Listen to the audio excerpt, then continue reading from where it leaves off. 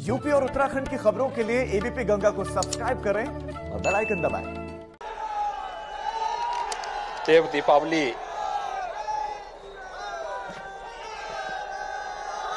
के आज के इस पावन पर्व पर देश के यशस्वी प्रधानमंत्री और काशी के लोकप्रिय सांसद आदरणीय प्रधानमंत्री जी का सानिध्य आज हम सबको यहां प्राप्त हो रहा है। मैं सर्वप्रथम काशी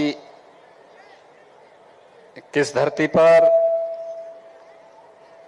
मेरी काशी के भावनात्मक संबोधन के माध्यम से प्रत्येक काशीवासी के प्रति अत्यंत भावनात्मक लगाव रखने वाले आदरणीय प्रधानमंत्री जी का आप सबकी ओर से हृदय से स्वागत करता हूं, अभिनंदन करता हूं।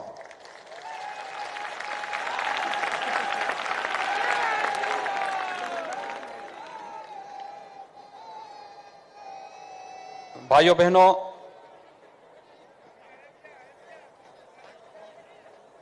देश के 135 करोड़ की आबादी को कोरोना से सफलतापूर्वक बचाने के उपरांत आदरणीय प्रधानमंत्री जी का काशी में आगमन ऐसे समय में हो रहा है जब यह देश अनेक उपलब्धियों को लेकर के 135 करोड़ नागरिकों के लिए गौरवशाली क्षण तो है ही, दुनिया के अंदर भी पूरे गौरव के साथ सीना तान करके एक भारत श्रेष्ठ भारत की परिकल्पना को, जिसे आदरणीय प्रधानमंत्री जी ने 2014 में इस देश को एक संकल्प के रूप में दिया था, वे सभी उपलब्धियां इस दौरान हमें उपलब्ध हुई हैं। आदरणीय प्रधानमंत्री जी का आगमन काशी में इस देश की 500 वर्षों की एक ऐसी समस्या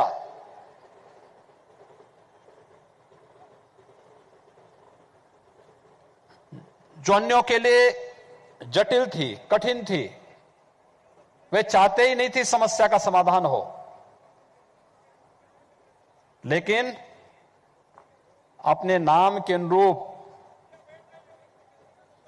उस नामुमकिन को भी मुमकिन बना करके अयोध्या में भगवान श्री राम के भव्य मंदिर निर्माण कार्य का शुभारंभ करने के उपरांत आदरणीय प्रधानमंत्री जी का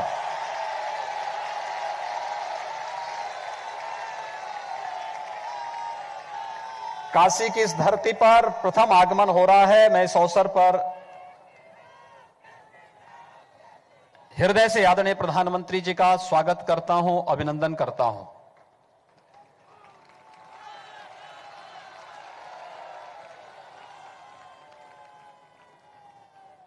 आदरणीय प्रधानमंत्री जी का संवाद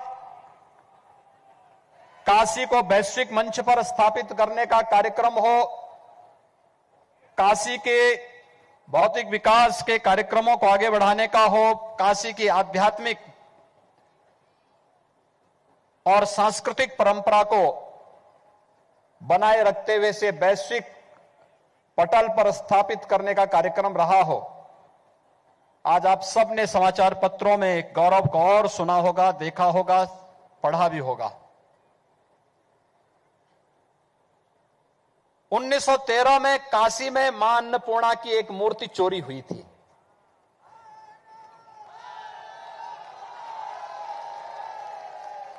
और भाइयों बहनों, आज आदरणीय प्रधानमंत्री जी के अनुकंपा से काशी की मां अन्नपूर्णा एक बार फिर से काशी वासियों को प्राप्त होने वाली है।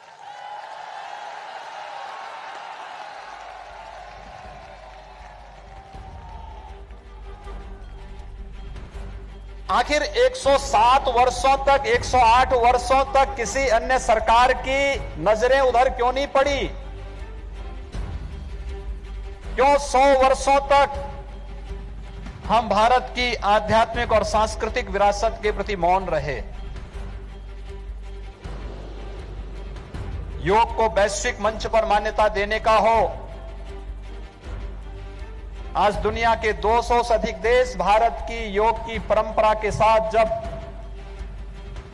एक साथ जुड़ते हुए दिखाई देते हैं, तो दुनिया के अंदर भारत की आध्यात्मिक और सांस्कृतिक ताकत का एहसास पूरी दुनिया मानती है।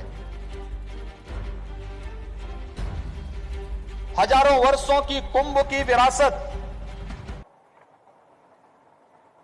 क्या बना दिया था? गंदगी का, अव्यवस्था का। लेकिन आदरणीय प्रधानमंत्री जी के मार्गदर्शन में भारत की सांस्कृतिक और आध्यात्मिक विरासत को यूनेस्को ने मानवता की अमूर्त सांस्कृतिक धरोहर के रूप में मान्यता देकर के दुनिया के लगभग 200 देशों के राजदूतों को प्रयागराज की धरती पर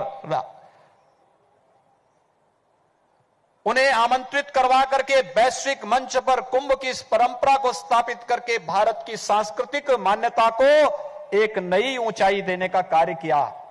और आज मैं देख रहा हूं काशी में सर्वत्र देव दीपावली के आगमन के साथ ही आदरणीय प्रधानमंत्री जी के स्वागत के लिए पूरी काशी उमड़ी है। हर एक काशी वासी के मन में अपने यशस्वी नेता, देश के लोकप्रिय प्रधानमंत्री के प्रति अपार श्रद्धा और सम्मान का जो भाव है, आज एक एक दीप प्रज्वलन के माध्यम से भाव काशी की भावनाओं के माध्यम से हम सबके सामने आज लाखों की संख्या में प्रज्वलित हो रहे दीपों के माध्यम से देखने को मिल रहा है।